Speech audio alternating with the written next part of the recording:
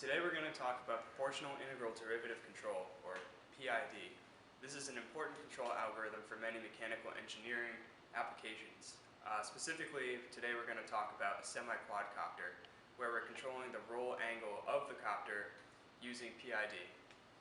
So here is the full transfer function and block diagram for the system used to control the angle theta from the desired angle that we input on the computer to the observed angle, and this whole algorithm tries to get the theta to return to 0 at all times.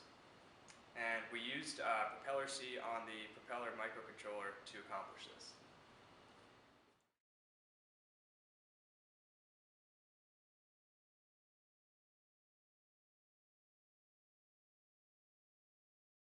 Here is the block diagram for a proportional controller. You can see the input over here is theta desired. That's the desired angle of our copter. Then the output is theta observed, which is the observed angle of the copter. The error signal over here is going to be the difference between the desired angle and the observed angle. This error signal is then multiplied by some constant Kp to produce the new observed angle. At the bottom we can see the closed loop transfer function of this system.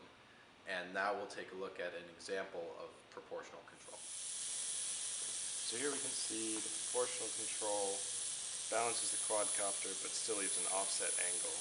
It's also pretty wobbly and doesn't respond too well to unit impulse.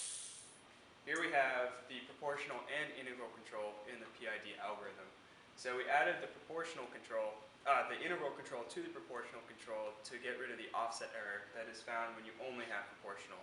So what would happen in the case of the quadcopter is proportional control would get the copter's roll angle back to a certain angle within a couple of degrees of the 0 that we want for the theta desired, but would never reach theta desired itself.